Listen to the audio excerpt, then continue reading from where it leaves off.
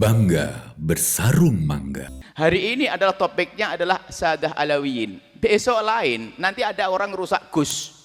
Nanti ada rusak apa gitu. Ada, pokoknya jauh dari Islam. Nanti setelah ini diam, Alawiyin diam, nanti ada penghancuran kiai-kiai dengan apa? Menonjolkan Gus-Gus yang aneh-aneh. Memang kita sadari para habaib, ada habaib kecil yang sampaikan kecil, kurang belajar dan sebagainya. Ya namanya manusia, ada salah dan sebagainya. Tapi ukuran kita kan bukan itu. Sama nanti kalau kita bicara tentang Gus-Gus, ya ukuran kita bukan Gus-Gus yang mohon maaf jarang ngaji dan sebagainya, badung, bandel, kemudian ini. Ya ukurannya Gus ngaji, ini kan dulu kan Gus beliau juga. Ya ukurannya ada yang jelas, jangan sampai kita itu mandang picik, cari kejelekannya untuk kita angkat. Oh itulah kalangan Sadah jelek, Gus-Gus jelek. Beliau adalah dengan kecerdasan beliau nganti bisa tibasi. Jangan gampang teradu domba. Beliau luar biasa menyanjung guru-guru para Sadah Alawi. Dan kebetulan kami berguru. Tapi kita juga tahu bagaimana guru-guru kami dari para kiai, para ulama. Kita dari Abu Yahya Hasan bin Ahmad Bahrun. Kemudian pergi Hadramut dan seterusnya. Beliau punya guru Abuya Said Muhammad Al-Maliki. Memang beliau bukan jalur daripada Ba'alawi Hadramut. Tapi Sadah juga. Kaum Sayyid. Nah, sekarang ada orang memang untuk kerjaannya untuk mengadu domba, yang penting nanti bermusuhan deh.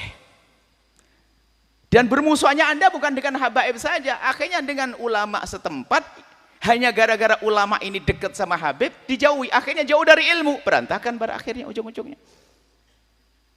Nanti dirusak tentang nama Gus, misalnya, akhirnya orang benci pada Gus, akhirnya waktu Gus Najib, wah Gus juga ini. Akhirnya gitu nanti.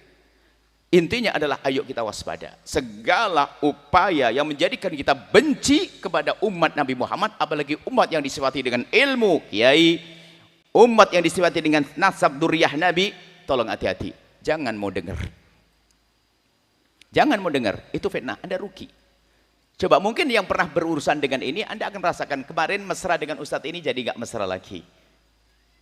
Sampai di sebuah masjid besar di deretan Jawa Barat ini, suatu ketika kami ngisi pengajian besar di situ, ada kiai satu atau dua itu menitikkan air mata dan berkata, "Oh ya, dulu acara seperti ini ada mungkin 25 kiai datang ke tempat ini. Dan di situ para habaib. Sekarang kiainya 5. Yang lain tidak datang." Sedih. Hebat pemecah belah umat ini. Bertanggung jawab bertemu dengan baginda Nabi sallallahu alaihi wasallam. Para ulama-ulama, guru-guru kita kiai-kiai, Masya Allah, dengan ketawaduannya. Para habaib, guru-guru. Kalau ada satu dua yang tidak benar, bukan itu ukurannya. Tapi yang menjadi masalah kalau sudah orang dengki. Kalau saya dengki sama polisi, kalau ada polisi salah, itu saya tepuk tangan untuk nyalahkan polisi. Nah ini kan busuk kotor. Mestinya kalau ada polisi salah, ya ditegur, diingatkan, biar benar wong polisi itu ngamankan negara. Kurang lebih begitu. Kalau ada Gus yang salah, yuk kita ingatkan. Bukan itu, bukan untuk mencaci para kiai-kiai. Ini beliau memberi rambu-rambu ya. Nanti giliran berbeda-beda loh. Ini giliran bertahun ini adalah urusan dengan Sadah Alawiyin. Nanti ada giliran lain lagi. Jangan mau diadu domba. Orang hebat tidak bisa diadu domba. Dan alhamdulillah, Masya Allah, kita punya guru-guru yang membimbing kita, ngajarkan bagaimana kita ngayomi umat, berjuang dan seterusnya. Dan ada pun beliau Masya Allah berguru dari Abuya Said Muhammad Al-Maliki, dan sebelumnya guru-guru mulia para kiai, termasuk ayahanda beliau. Ayahanda beliau itu adalah orang yang punya keunikan yang luar biasa. Anggap saja apa contoh dalam berpolitik, contoh unik, beliau itu adalah berpolitik tapi disegani kawan sama lawan. Dengan berpolitiknya bagaimana yang beda pun tidak memusuhi beliau. Itu susah, saya mikir gimana caranya. Beliau kan berpolitik, tapi yang berbeda politik nggak ada duduk musuhan sama beliau tuh, ngomongin pun nggak bisa. Allah, ketulusan hati beliau karena beliau ingin berjuang. Kan beliau juru damai. Dari modelnya saja bikin damai. Ada orang modelnya bikin orang permusuhan, apalagi omongannya. Allah, serem. Modelnya beliau sudah, kalau kita tambah Maimun, promo Maimun, selesai. Yang datang macam-macam, merah, putih, kuning, hijau ibaratnya. Padahal beliau punya baju sendiri ibaratnya. Allah. Kita perlu juru-juru damai. Makanya kunci pintu telinga Anda. Segala sesuatu yang mengajari kita untuk merendahkan, tadi disinggung sahabat Nabi Sayyidina Abu Bakar, Umar, ini adalah kelompok yang nggak benar.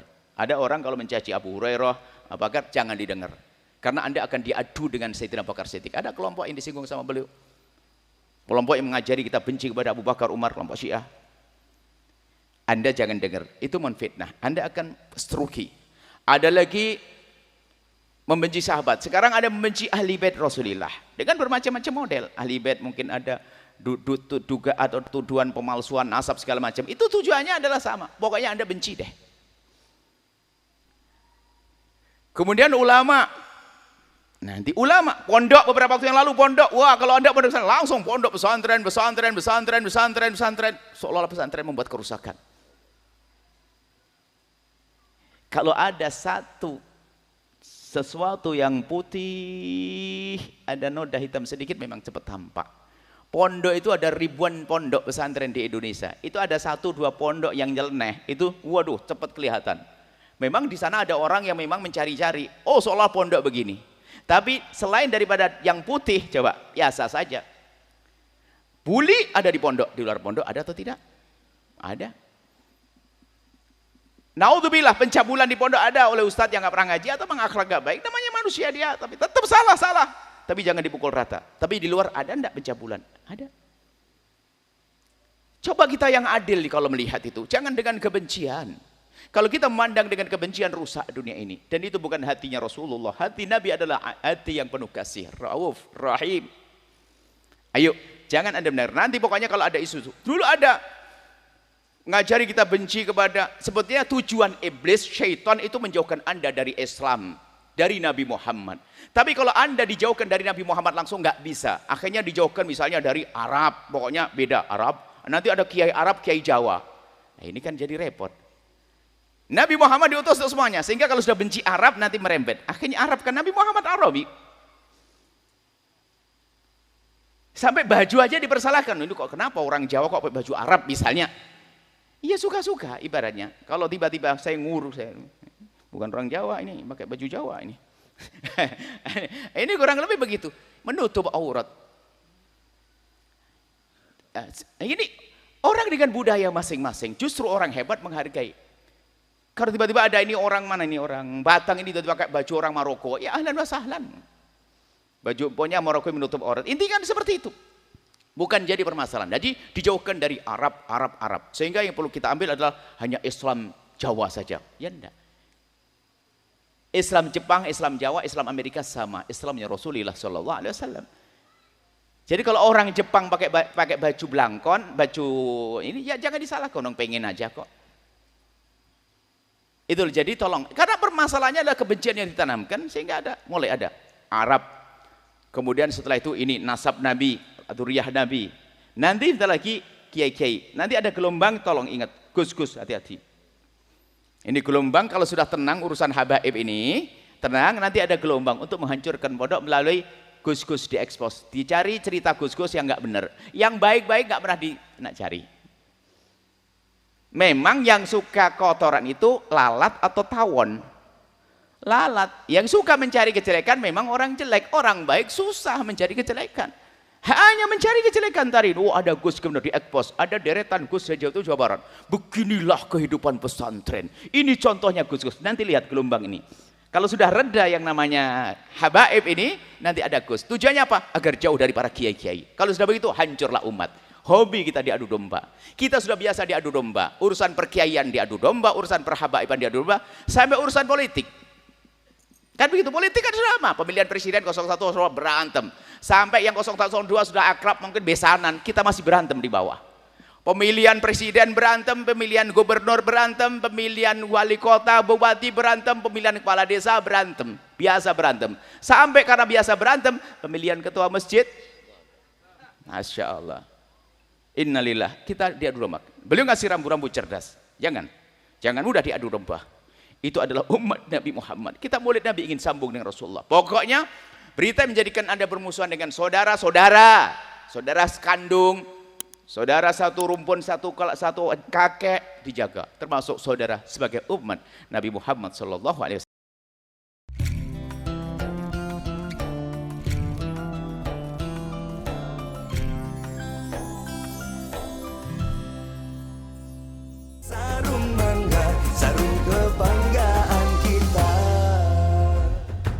Bangga bersarung mangga. Sahabat Al-Bahjah TV, setelah menyaksikan video ini, jangan lupa bersolawat kepada baginda Nabi Muhammad.